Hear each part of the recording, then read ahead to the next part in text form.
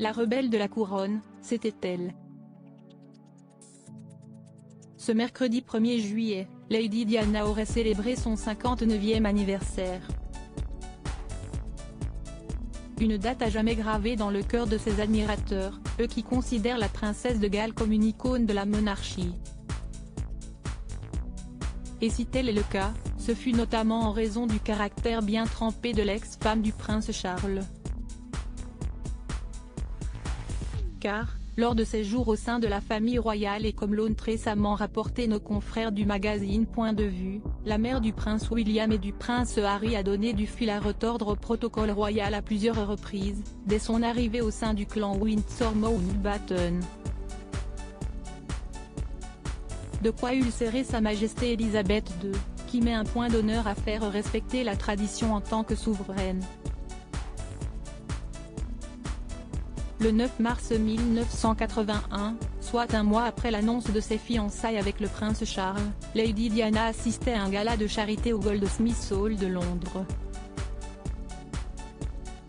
À l'occasion, la princesse des cœurs avait opté pour une robe noire signée Emmanuel. Une infraction de taille au protocole qui ne réserve cette couleur qu'aux périodes de deuil et qu'elle trouvait cependant tout à fait appropriée puisque les filles de la son âge portaient des robes noires. À mes yeux, le noir était la couleur la plus élégante qu'on puisse porter à 19 ans, avait-elle estimé auprès de son biographe Andrew Morton, auteur de Diana, sa vraie histoire parue en 1992. Spontanée, trop aux yeux de ceux l'accusant de mettre à mal la tradition royale ou encore de plonger Sa Majesté Elisabeth II dans l'embarras, Lady Diana réitérait avec une nouvelle entorse au mois de novembre 1981.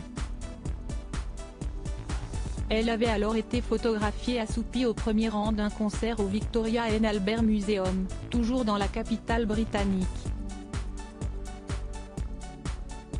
De lourds combats, une tête brûlée devenue mythe.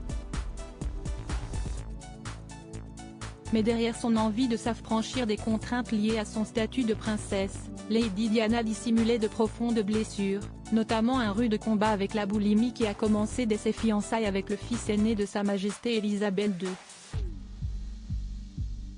La boulimie a commencé une semaine après nos fiançailles, racontait-elle ainsi, toujours à Andrew Morton. Celle qui se décrivait comme un esprit libre a été marquée par un commentaire de son mari sur sa silhouette, ouvrant donc la voie à un changement radical en seulement quelques mois. La première fois qu'on a pris mes mesures pour ma robe de mariage, je faisais 73 cm de tour de taille. Le jour de mon mariage, j'étais à 60 cm, disait-elle. Un trouble auquel s'est ajoutée une dépression postnatale ainsi que la douleur engendrée par l'infidélité du prince Charles.